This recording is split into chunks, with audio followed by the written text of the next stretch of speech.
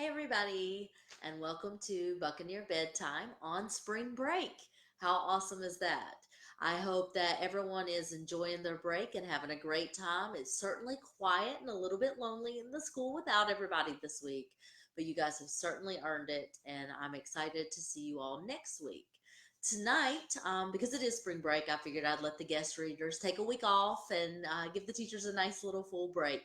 But in April, I have lots of guest readers lined up for you all, and you guys have certainly made some great recommendations as to who you want to read next. So I'll let that be a surprise for next week, but there will definitely be a guest reader probably every single week in April.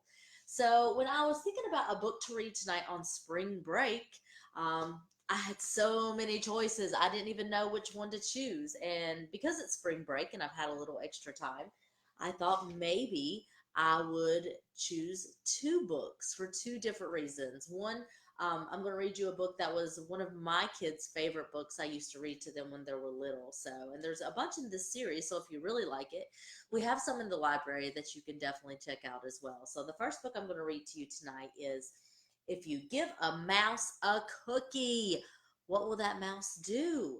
And this book is by Laura Numeroff, and she's a great author, and I think you'll really enjoy this book tonight.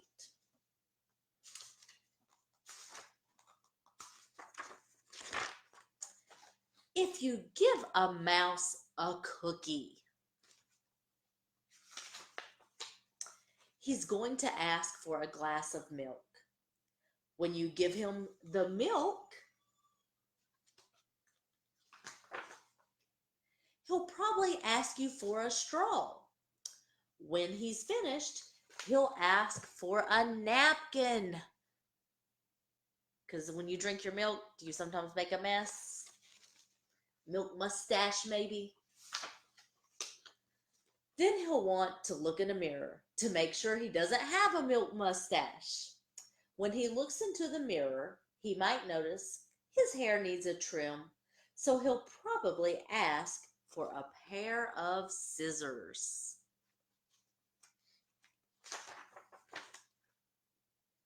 When he's finished giving himself a trim, he'll want a broom to sweep up. He'll start sweeping, and he might get carried away and sweep every room in the house.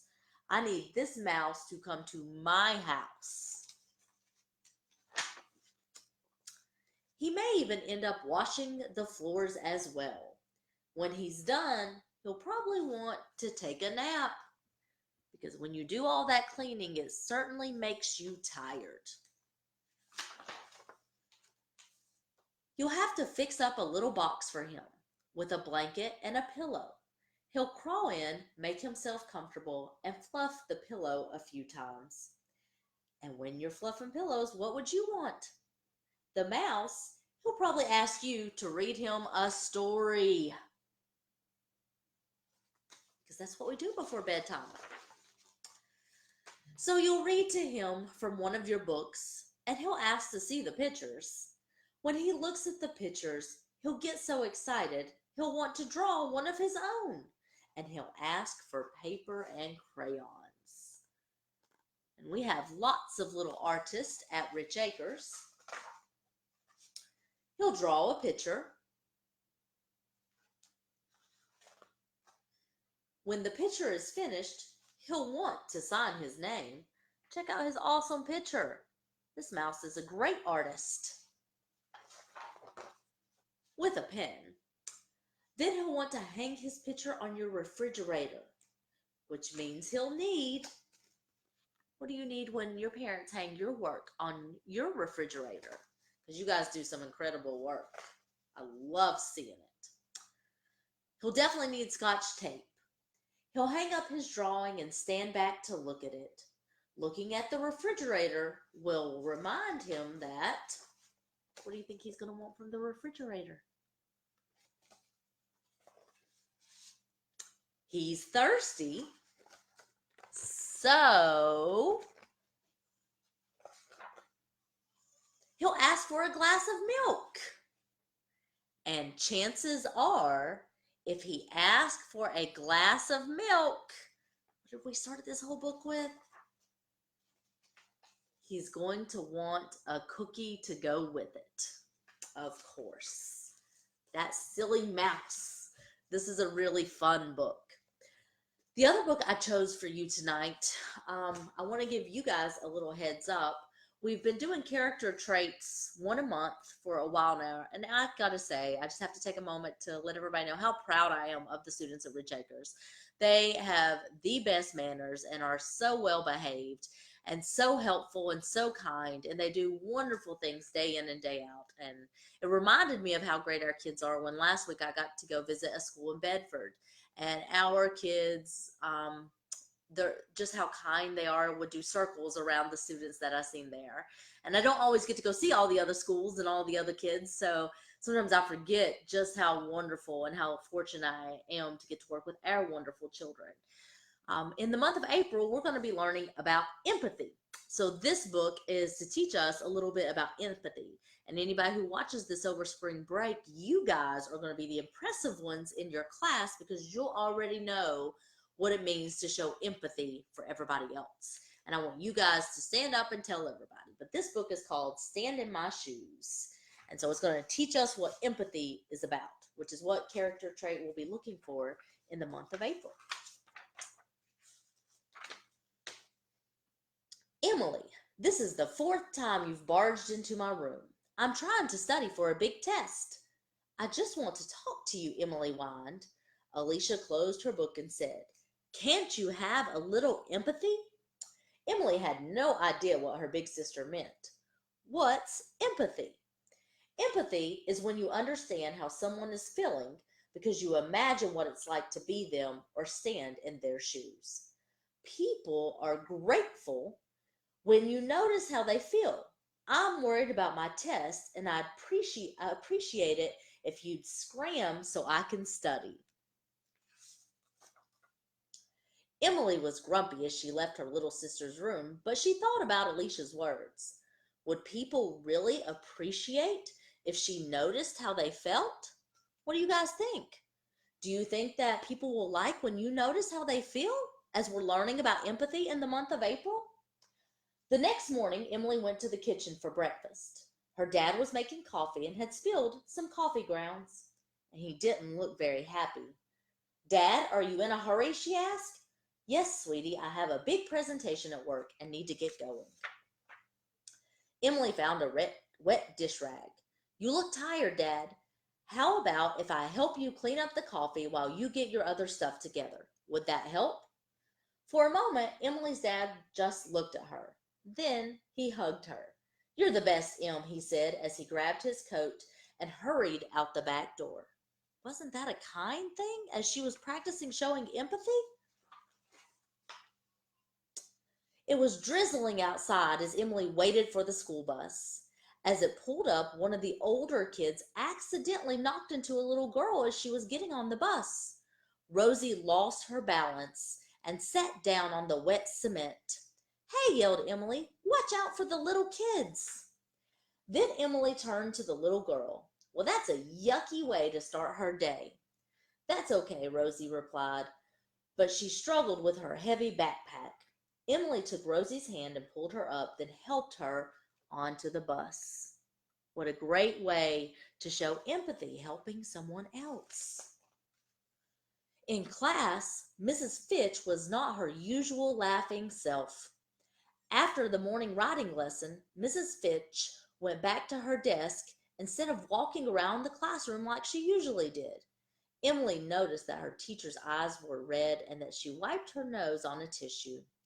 Mrs. Fitch, is there something wrong? My little dog Buster died last night, she said quietly. He was very sick and we were hoping he'd get better, but he didn't. Oh no, said Emily. I'm not sure how you feel, but it has to hurt. It does. Thank you for asking. That is so kind and empathetic, and she checked on her teacher even. In the cafeteria, she noticed Mrs. Waddles was struggling to lift a tray of steamed vegetables into its place on the serving line. That sure looks heavy, Emily said. It is, Mrs. Waddles said. I get a workout every day when I serve lunch. Our lunch ladies are sure strong, too. That's quite a load of stuff, Emily said to Mr. Redmond as he pushed the cart down the hallway. I just hope I don't run somebody over. Emily decided to walk in front of the cart, yelling in a loud, clear voice, Coming through! Art cart coming through! Get out of my way, Tommy said as he pushed Samantha, Emily's friends, out of the line. It's my turn. Tommy did this a lot at recess. That's not very kind at all, but Emily's going to help him be empathetic in this case. Tommy, how'd you like it if I pushed you out of line when you were waiting your turn? Probably not good, Tommy replied. I love the tire swing. Samantha loves it as much as you do. Don't push her and try to take cuts, okay? Sorry, mumbled Tommy as he walked to the end of the line. She showed a lot of empathy there and set a really great example for her friend Samantha and her Tommy even.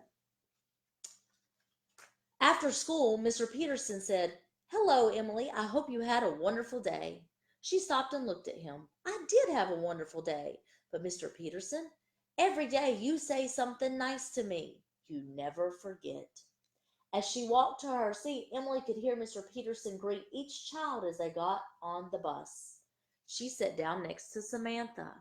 Do you all have a great bus driver like this? What a nice, kind man.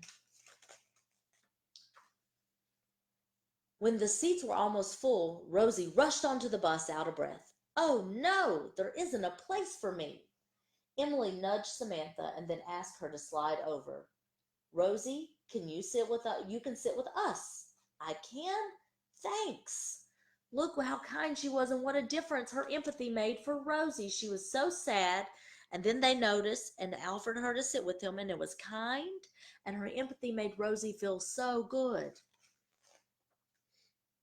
When Emily got home, her mom asked, How was your day, Em? You look deep in thought. I'm fine, but I'm wondering about something. What's that? You always seem to notice how I'm feeling. That's part of being a mom. But how about you? Who notices how you're feeling? Asked Emily. Wow, Em, said her mom. That's a very thoughtful question. I guess the answer is Aunt Carla and my friends Nancy and Shauna, and mostly your dad. Sometimes Alicia, and now you. Why do you ask? Just wondering, said Emily. I'm starving. Is there anything good for a snack? Let's make something together. Your all's mom would love it if you tried to see how she felt and show empathy towards your mom. What a great idea for you to try over spring break. It was almost bedtime. Emily could see Alicia studying in her room. Instead of barging in, Emily knocked on the door. Can I come in, or are you busy? You look like you want to talk, said Alicia. Come on in. I've been noticing how people feel, Emily said. You know, that empathy stuff. So what happened? What did you learn? People really like it when you recognize how they feel. Just noticing seems to touch their hearts. You got it, Em. But there's something more. When I care enough to notice how others feel, something changes inside of me, Emily explained. That's what you guys are going to notice. As you are empathetic towards others, it's going to make you feel good too. It sounds like you enjoy that feeling. Yes, I do, replied Emily. Good. Now get out of here so I can study. Just like sisters, right? I hope you guys enjoyed this book tonight about empathy and that you have a head start on what we're going to be learning about for our character trait of the month for April. And I certainly hope everyone is having a great spring break. I can't wait for you guys to get back in the building and see all your wonderful faces again. Make sure that you still comment so I can find enough guest readers for all of April. Like I said, I got a couple lined up, but I certainly want to make sure that you guys have a say in what book and who you would like to read. So we look forward to seeing you next Wednesday for Buccaneer Bedtime. But I hope you all sleep tight. You have a wonderful evening and a great spring break. And always remember, you are very much loved at Rich Acres. Good night.